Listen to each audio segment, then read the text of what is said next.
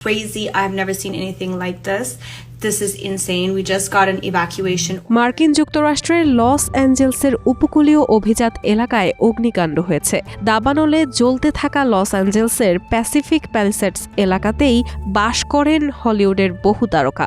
দাবানলে Mandy মুর, Paris Hilton থেকে Antony Hopkins সহ কয়েকজন তারকার বিলাসবহুল বাড়ি পুড়ে ছাই হয়ে গেছে। সেখানে ছিলেন বলিউড তারকা নোরা ফাতেহিও। সেখান থেকেই দাবানলের ভয়াবহ অভিজ্ঞতার কথা জানালেন তিনি।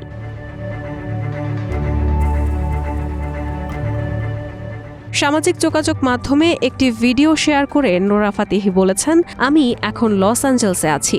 এই দাবানল সত্যি বিধ্বংসী, এমন আগে কখনো দেখিনি। সাংঘাতিক বললেও কম বলা হবে।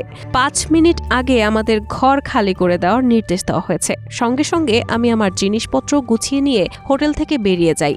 আমি এখন কাছাকাছি এক বিমানবন্দরে যাচ্ছি, সেখানে গিয়ে একটু বিশ্রাম করব।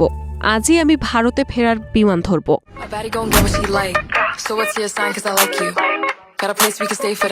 ভয়াবহ এই দাবানল নিয়ে উদ্বেগও প্রকাশ করেছেন নোরা। তিনি লিখেছেন, আশা করছি আমি বিমানে উঠে আজ ফিরতে পারবো।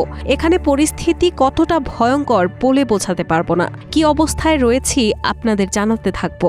আশা করছি প্রত্যেকে নিরাপদে থাকবেন।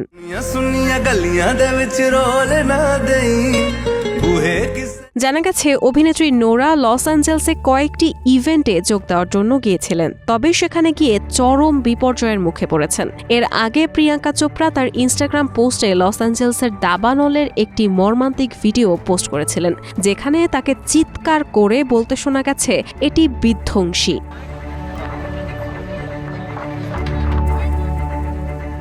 ওই ভিডিওর ক্যাপশনে উদ্বেগ জানিয়ে প্রিয়াঙ্কা লিখেছেন, সবাইকে নিয়ে আমার চিন্তা হচ্ছে। আমি আশা করব সবাই আজ রাতে নিরাপদ থাকতে সক্ষম হবে। সেই ক্যাপশনে প্রার্থনার ইমোজি দিয়ে সবার কাছে প্রার্থনাও চেয়েছেন প্রিয়াঙ্কা।